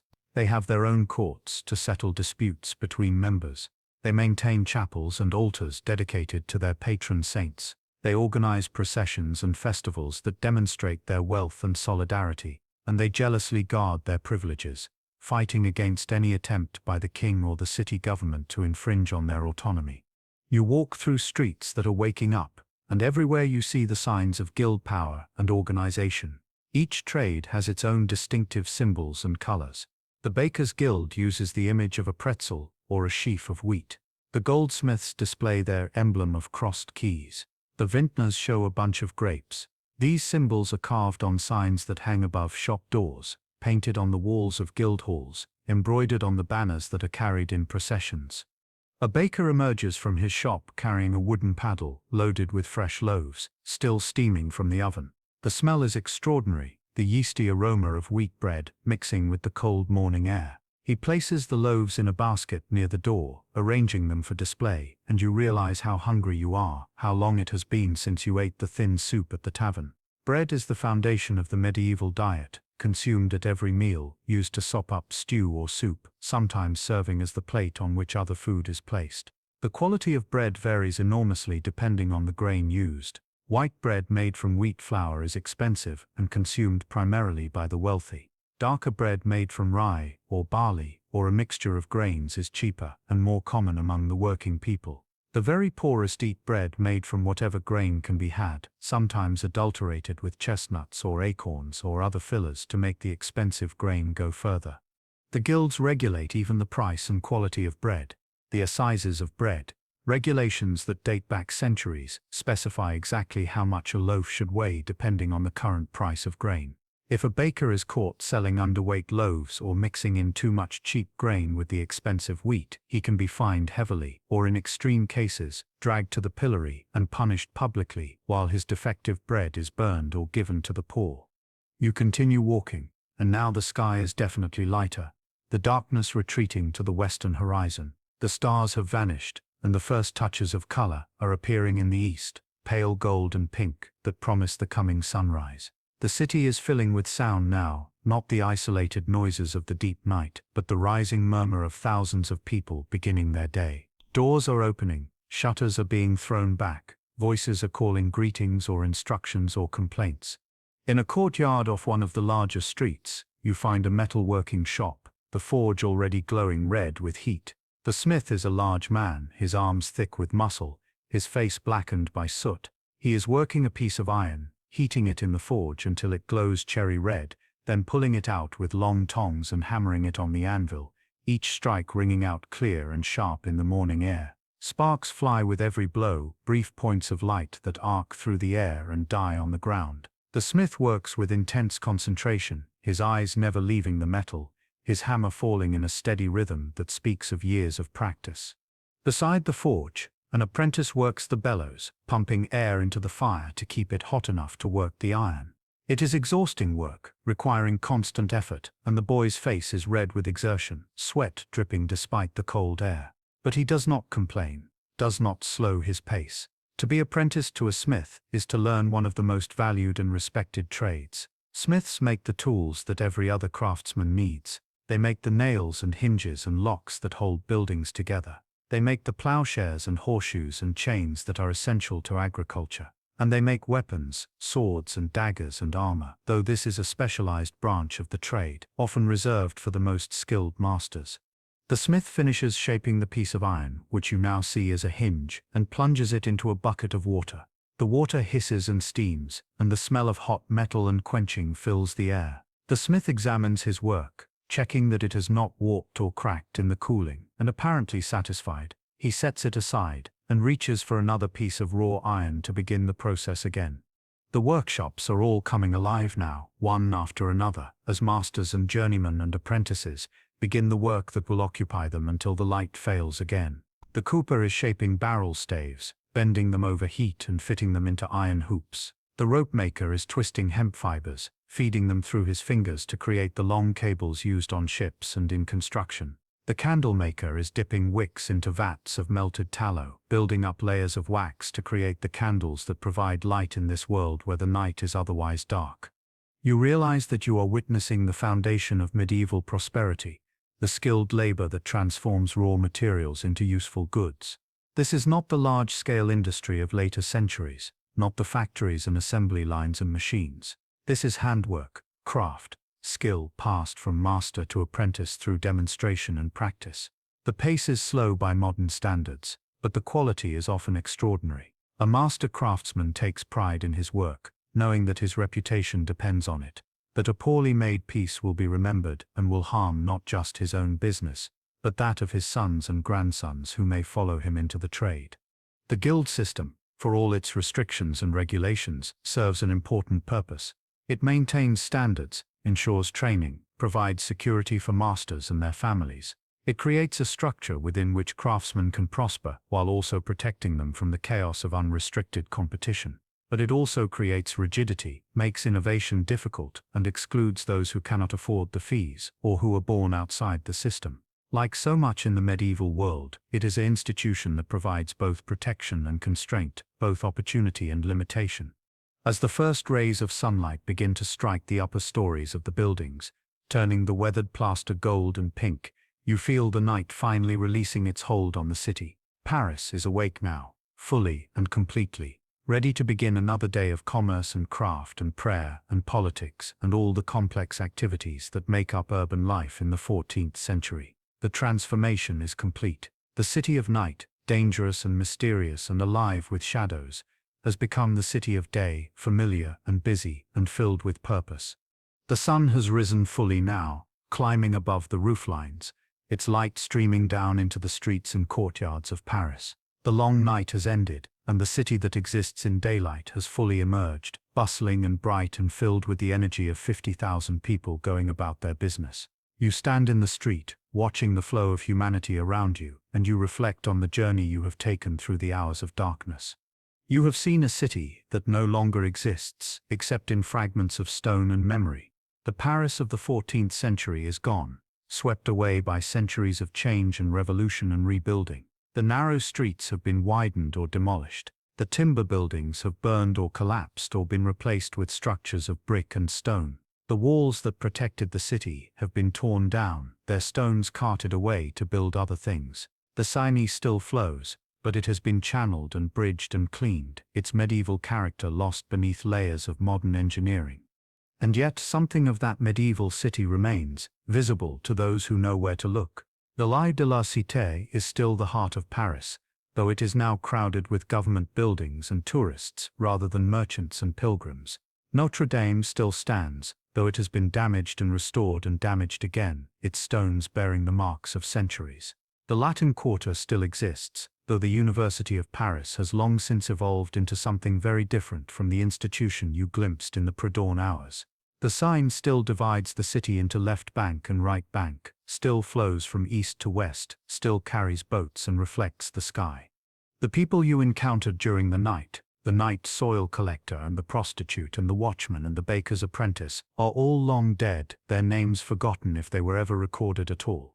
Their lives were hard, shaped by forces they could not control or even fully understand, the rigid hierarchies of medieval society, the power of the church and the guilds, the constant threat of disease and hunger and violence. They lived in a world without modern medicine or sanitation or human rights, a world where life was often brutish and short, where suffering was accepted as the natural condition of humanity, where the best most people could hope for was enough food to eat and a place to sleep and the promise of heaven after death. But they were also people, as fully human as anyone alive today, with the same capacity for love and fear and joy and sorrow. They loved their children and mourned their dead. They took pride in their work and pleasure in their friendships. They laughed at jokes and sang songs and told stories. They dreamed of better lives and made plans and hoped for the future, even though the future they imagined was usually nothing more than a slightly more comfortable version of the present. They were shaped by their time, but they were not simply victims of it. Within the constraints of their world, they found ways to live and to create meaning and to leave marks, however small, on the fabric of their society. The night you have just experienced, the walk through the dark streets, and the encounters with the nocturnal city, was a single night among thousands, no more or less important than any other. And yet every night like this, repeated across centuries, created the cumulative experience that we call medieval life. The cathedral was built stone by stone over generations, each stone laid by someone who would never see the finished building. The university produced its scholars one student at a time, each one laboring through years of study to master the ancient texts and add their small contribution to the ongoing conversation about God and truth and the nature of reality. The guilds trained their craftsmen through countless repetitions of the same basic skills, each apprentice learning to hold a tool and shape a material in exactly the way his master had learned from his master before him. This is the paradox of history. It is made up of individual moments and individual lives, but its meaning only becomes clear when viewed across long spans of time. A single candle burning in a workshop window is just a candle, a point of light in the darkness. But thousands of candles, thousands of workshops, thousands of craftsmen working through thousands of nights across hundreds of years, create the foundation of a civilization. The thread of individual experience weaves together with countless other threads to form a tapestry that is larger and more complex than any single person could imagine or create. The medieval Paris you have visited tonight is part of that larger tapestry, a crucial chapter in the long story of Western civilization. It was a city where the ancient learning of Greece and Rome was preserved and studied and debated, keeping alive the intellectual traditions that would eventually flower in the Renaissance and the Enlightenment. It was a city where the great Gothic style of architecture reached its apex, creating buildings of such beauty and ambition that they still inspire awe centuries later. It was a city where the beginnings of modern capitalism were taking shape as merchants and bankers developed new techniques for managing trade and credit that would transform the economy of Europe and eventually the world.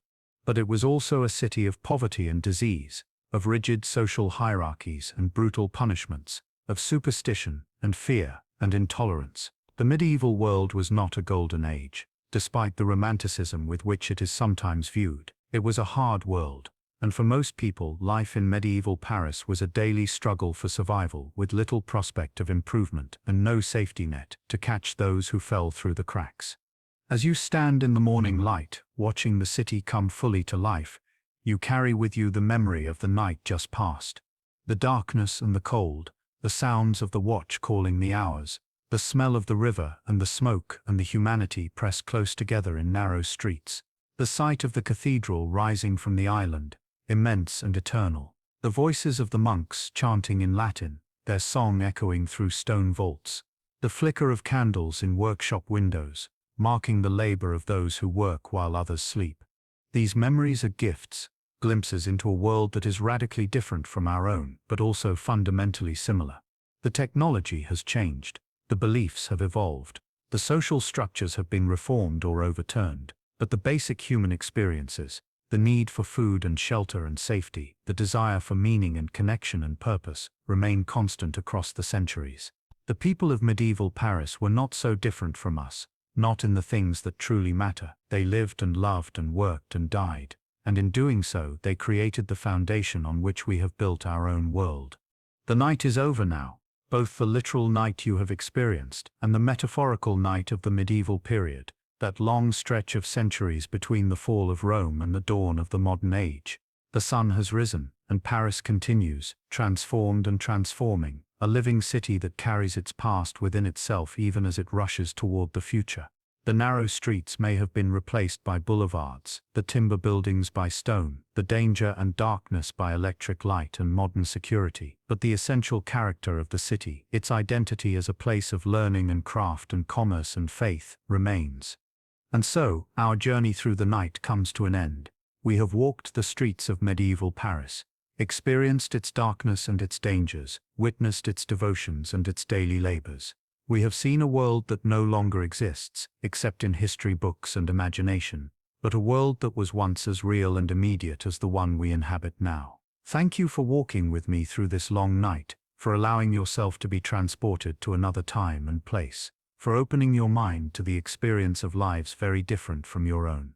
I hope you have found something of value in this journey, whether it is a deeper understanding of the medieval world, an appreciation for the struggles and achievements of those who came before us, or simply a few hours of peaceful contemplation and rest. The past is a foreign country, as the saying goes, and tonight we have been travelers there, visitors to a place that is strange and familiar by turns, frightening and beautiful, harsh and full of wonder. As you drift now towards sleep, let the images of medieval Paris fade gently into dreams. Let the sound of church bells and the voices of the watch blend with the sounds of your own breathing and heartbeat. Let the darkness of the 14th century give way to the darkness behind your closed eyes, a darkness that is safe and comfortable and your own. Know that the people who walked those streets and lived those lives are at peace now, their struggles ended, their stories complete. Rest well, and when you wake, carry with you a memory of the night we shared, a night in Paris before it became the city of light, when it was still a city of shadows and stone, of faith and fear, of darkness illuminated only by candles and stars, and the eternal hope that dawn would come again. Sleep now, dream of distant ages, and know that the past, for all its distance, is never truly gone, but lives on in the stones and stories, and in the continuous thread of human experience that connects us all, across the centuries, across the darkness, into the light. Good night, and thank you for joining me on this journey through history. Until we meet again in another time and place, I wish you peace and rest and dreams of worlds both lost and found.